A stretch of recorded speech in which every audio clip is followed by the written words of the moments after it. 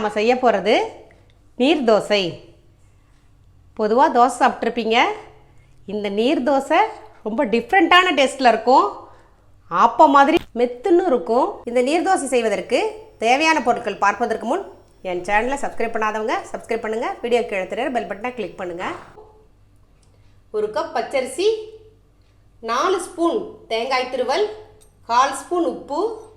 1 cup பச்சரிசினா 2 cup தண்ணி விட்டு மிக்சியில் நைஸாக அரைச்சி எடுத்துக்கணும்.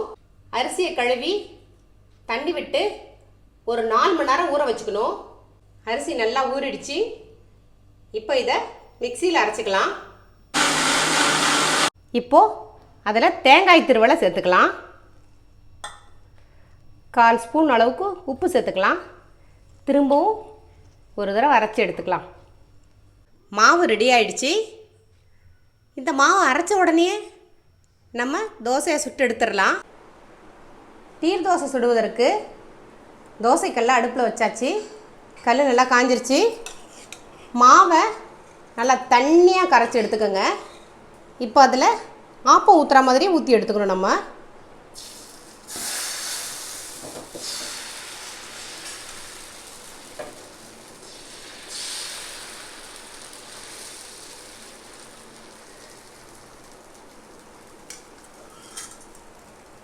இது 1 செகண்ட் தான், உடனே வெந்து அப்படியே மேலே எலும்பி வரும். மூடி போட்டுடலாம்.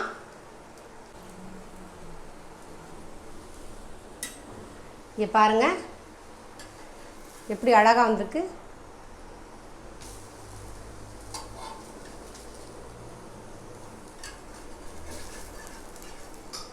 இங்கே பாருங்கள்.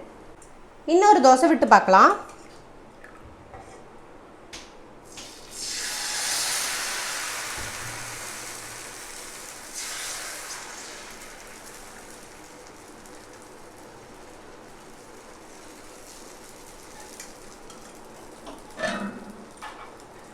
அதற்கு மூடி போட்டுடலாம்.